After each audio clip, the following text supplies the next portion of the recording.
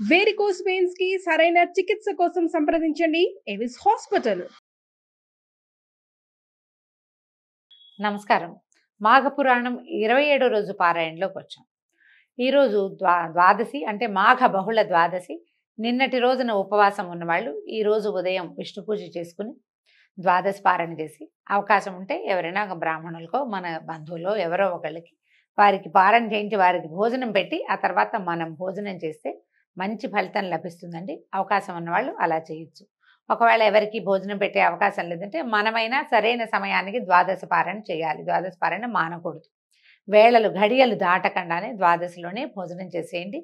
అవకాశాన్ని బట్టి సమీప దేవాలయంలో ఎక్కడైనా సరే కొంచెం అర్చన చేయించుకోవటము, అక్కడ ఉండే పురోహితుడికి అర్చక స్వామికి అయినా సరే తాంబూలము దక్షిణ ఇస్తే మంచిది, విశేషమైన ఫలితం లభిస్తుంది. ఈరోజు పారాయణలోకి చూద్దాం. పూర్వం భృగు మహర్షి వంశానికి చెందినటువంటి వృక్షక అనే బ్రాహ్మణ కన్య దురదృష్టవంతురాలయ్యి పెళ్ళైన వెంటనే భర్తని పోగొట్టుకుని విరక్తతోటి గంగానది తీరానికి పోయి అక్కడ ఒక ఆశ్రమాన్ని నిర్మించుకుని శ్రీమన్నారాయణుని గురించి తపస్సు చేస్తూ కాలం గడపడం మొదలుపెట్టిందట. బాలివితంతువు ఈ అమ్మాయి, వృక్షక ఆమె పేరు. తను గంగా తీరంలో అలా ఉండిపోయింది, ఎంతకాలమో ఉందట. ప్రతి సంవత్సరము మాఘమాసమందు కార్తీక స్నానము చేసేది. మాఘ స్నానం కూడా తప్పకుండా క్రమం తప్పకుండా నదీ స్నానం చేస్తూ భగవద్ ధ్యానంలో గడిపేది. ఆ తర్వాత ఇలా చాలా సంవత్సరాలు చేయటం వల్ల ఆమెకి ఎన్నోసార్లు మాఘమాస స్నాన ఫలితం చేయటం వల్ల ఆ ఫలితం లభించింది, విపరీతమైన ఫలితం లభించిందట. ఈ విధంగా తపస్సు చేసుకుంటూ మాఘమాస స్నానాలు చేస్తూ కొంతకాలానికి ఆమె మరణించింది. వయసు అయిపోయాక మరణించింది. ఇంచుమించుగా యవ్వనవతిగా ఉన్నప్పుడే ఈమె గంగా తీరం చేరింది. వృద్ధగా అయ్యి మరణించింది. కొన్ని సంవత్సరాల పాటు ఈ మాఘ స్నానాన్ని చేసిందట. ఆమెకు అపూర్వమైన పుణ్య ఫలం లభించింది. ఈ విధంగా తపస్సు చేసుకుంటూ కొంతకాలానికి మరణించింది. అయితే ఈమె మరణం కూడా వైకుంఠ ఏకాదశి నాడు మరణించిందట. మరణించడం వల్ల కలిసి వచ్చింది ఆవిడికి ఆ రోజు మరణించడం. సరాసరి వైకుంఠానికి వెళ్ళిపోయిందట. వైకుంఠ ఏకాదశి నాడు మరణిస్తే విష్ణు సాయుధ్యం లభిస్తుందని చెప్తారు. కొంతకాలానికి వైకుంఠం నుంచి బ్రహ్మలోకానికి చేరిందట. అప్పుడు బ్రహ్మదేవుడు ఏం చేశాడు, ఆమె చేసిన మాఘమాస వ్రతాలు తపస్సుకి ఫలితం అని చూసుకుని మొత్తం అంతా ఆలోచించి ఈమె అత్యంత పవిత్రురాలుగా భావించి ఆమెను ఒక అప్సరసగా చేయించి దేవకార్యాలకి వినియోగించాడు. అట్లా ఆమె సత్యలోకంలో ఉండేదట. అప్సరస అంటే అపూర్వ సౌందర్యవతిగా యవ్వనవతిగానే ఉంటారట వీళ్ళు. ఆమె వేసుకున్న దండలు కూడా మాయవు, అమరత్వం వచ్చినట్టే ఒక రకంగా సత్యలోకంలో ఉంటూ ఉండేది. అయితే ఏమైందట, ఆ కాలంలోనే సుందోపసుందులనే ఇద్దరు రాక్షసులు ఘోర తపస్సు చేసి బ్రహ్మని మెప్పించారు. సుందుడు ఉపసుందుడు అని చెప్తారు, లేదా సుందోప సుందులు, సుందోపుడు సుందుడు ఇలా చెప్తారండి. సుందుడు సుందోపుడు లేదా సుందుడు ఉపసుందుడు అంటే పెద్దరాజు గారు చిన్నరాజు గారు లాగా కూడా అనమాట. అట్లా పెట్టుకుంటాం కదా, పెదనాయుడు చిన్నాయుడు, పెదరాయుడు చిన్నరాయుడు ఎట్లా పెడతాం పేర్లు, అలాగా సుందుడు ఉపసుందుడు లేదా సుందోపుడు సుందుడు ఇలా అన్నదమ్ముల పేర్లు చెప్తారు. ప్రాంతాల వారీగా ఈ పేర్లు మారతాయండి ఎలాగైనా సరే. అయితే వీళ్ళిద్దరూ చాలా తపస్సు చేశారట. ఎంతో తపస్సు చేసి బ్రహ్మని మెప్పించారు.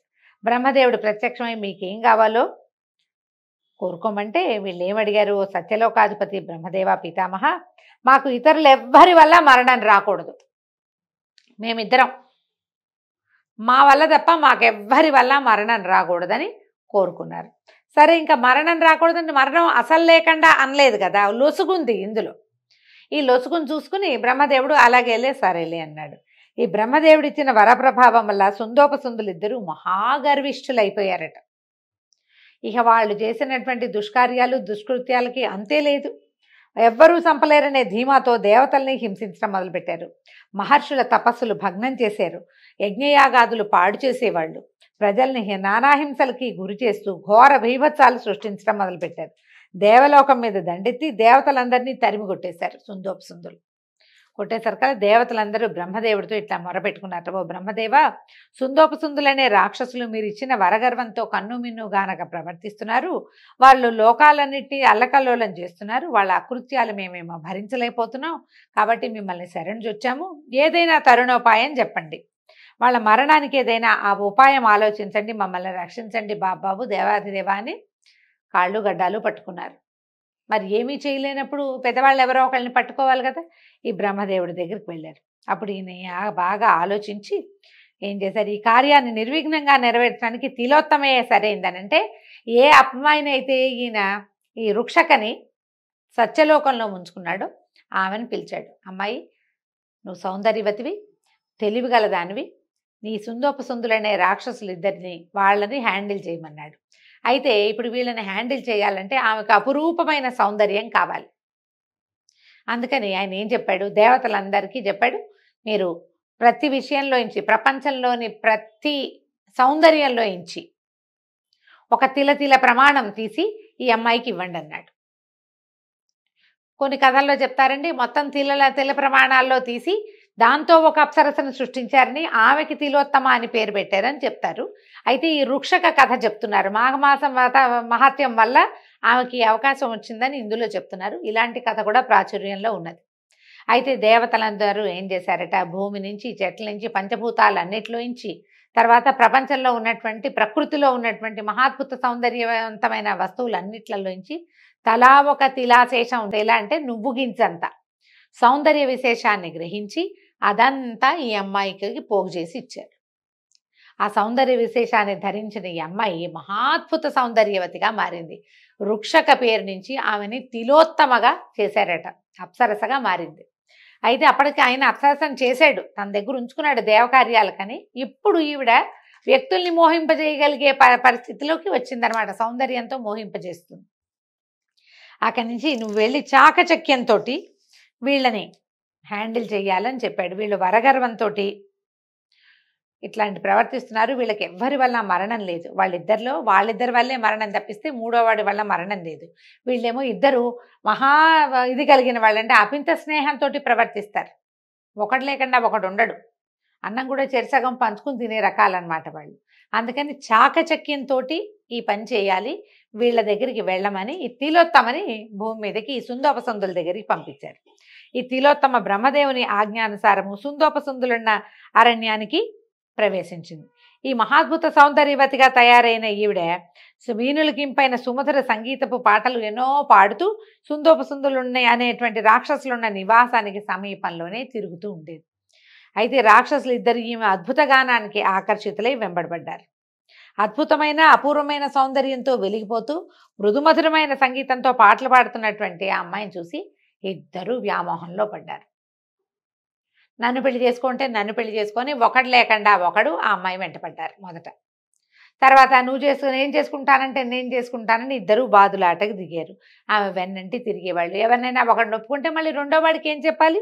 సరే తిలోత్తమ ఏంటంటే ఇది మనకు కావాల్సిన అవకాశం చిక్కిందనుకుని, ఓ రాక్షసులారా, నాకేమో మీ ఇద్దరిని వరించాలనే ఉంది, మీ ఇద్దరిని సమానంగా ప్రేమిస్తున్నాను, నాకు మీరిద్దరూ ఇష్టంగానే ఉన్నారు, కాకపోతే మీ ఇద్దరిలో నేను ఎవరిని పెళ్లి చేసుకోవాలి? ఇద్దరిని పెళ్లి చేసుకోలేను కదా. అందుకని నేను నిర్ణయానికి వచ్చాను, మీ ఇద్దరిలో ఎవరు బలవంతులో వాడిని నేను వివాహం చేసుకుంటా. మీ ఇద్దరికీ వరాలు ఉన్నాయి, మీ ఇద్దరికీ చాలా శక్తి ఉంది, చాలా బలమైన వాళ్ళు, చాలా గొప్పవాళ్ళు, మీ ఇద్దరి మధ్య సమానంగా ఆసక్తి ఉంది నాకు, మీ ఇద్దరి మీద కూడా. కాబట్టి మీ ఇద్దరిలో ఎవరు బలవంతులో వాళ్ళకే నేను సొంతం అవుతానని తెలివిగా మాట్లాడింది. వీళ్ళు ఆలోచించుకున్నారు. అప్పుడు ఇద్దరు ఏం చేశారు, నేనే బలవంతుండంటే నేనే బలవంతుండని మొదట మాట్లాడుకున్నారు. ఒకడు కొండలు ఎగరేశాడు, ఒకడు చెట్లను లాగాడు, ఒకడు ఇంకేదో చేశాడు, బాణాలేసి ఎక్కడో ఉన్న చిలకను కొట్టాడు ఒకడు, గద విసిరేసి పైన ఉన్న గద్దను పడగొట్టాడు ఇంకొకడు. నాది బలం అంటే నాది బలమని తమ తమ బలాబలాలు విపరీతంగా ప్రదర్శించుకున్నారు. ప్రదర్శించుకునేసరికల్లా క్రమంగా ఏమవుతుంది, మొదట ఏదో చేతులు మాటలు పెరుగుతాయి, తర్వాత ఏమవుతాయి, చేతులు కలుస్తాయి. ఇక ఆ తర్వాత ఇంకేముంది, బాహాబాహి యుద్ధం కావాల్సిందే. అక్కడి నుంచి నువ్వో నేను మన ఇద్దరిలో ఎవరు గొప్ప తెలుసుకోవాలంటే ఇట్లా నేనో పని చేసి నువ్వో పని చేసి కాదు, నువ్వు నేను ఒకే పని చేయాలి, కాబట్టి యుద్ధం చేద్దామని ఇద్దరు ఘోరమైన యుద్ధానికి తలపడ్డారు. గదా యుద్ధము మల్ల యుద్ధము చేసుకున్నారు. ఘోరంగా దెబ్బలాడుకున్నారు, పలు రకాల ఆయుధాలతో పోరాడుకున్నారు. చివరికి కత్తులు చూసి మహాద్భుతంగా ఘోరంగా, మహాద్భుతం అనకూడదేమో, మహాఘోరంగా యుద్ధం చేస్తూ ఏం చేశారు, ఒకరి కత్తికొకరు మరొక ఖండాన్ని మరొకటి కంఠాన్ని ఖండించేసుకున్నారు. అంటే ఎలాగ చెరుకోడొక్కల్లో పొడి చేసుకున్నారు, ఎదురు బదురుగా నిలబడి. అవతల వాడిని జయిస్తే కానీ అమ్మాయి దక్కదు, ఎప్పుడు ఇలాగే జరుగుతుంది కదా. ఇక వీళ్ళిద్దరికీ అంతకుముందే గదా యుద్ధంలో మల్ల యుద్ధంలో ఎన్నో రకాల దెబ్బలు తగిలాయి. చివరికి కత్తులతోటి కుత్తికలు ఖండించుకోవటం వల్ల ఇద్దరు మరణించారు. వాళ్ళిద్దరికీ వాళ్ళ వల్ల తప్పిస్తే ఇతరుల వల్ల మరణం లేదు కాబట్టి బ్రహ్మదేవుడి ఆజ్ఞతోటి తిలోత్తమ ఈ పని చేయగలిగింది. సుందోపసుందులు ఇద్దరు మరణించడంతో దేవతలు ఎంతో సంతోషించారు. తిలోత్తమని పరిపరి విధాలుగా శ్లాఘించారు. బ్రహ్మదేవుడు కూడా సంతోషించి, తిలోత్తమ, నీ చాకచక్యంతో సుందోపసుందుల పీడను తొలగించావు, దేవతలందరికీ ఆరాధ్యురాలవయ్యావు. ఇదంతా నువ్వు చేసిన మాఘమాస వ్రత ఫలితమే గాని మరొకటి కాదు. ఇక నుంచి నువ్వు దేవలోకంలో అందరిచే అధికురాలుగా ఆదరింపబడతావు. నీ జన్మ ధన్యమైంది, వెళ్ళు, దేవలోకంలో సుఖించని ఆమెని దేవలోకానికి పంపించాడు. మాఘమాస స్నానం చేస్తే ఇలాంటి అత్యద్భుతమైన ఫలితం వస్తుంది. దేవతలతోటి సమానంగా జీవించే లేదా చరించే తిరిగే అవకాశం లభిస్తుందని పురాణం తెలియజేస్తుందండి. దీంతో ఈరోజు పారాయణ పూర్తయింది. రేపు ఉదయం 28వ రోజు పారాయణలో కలుసుకుందాం. నమస్కారం.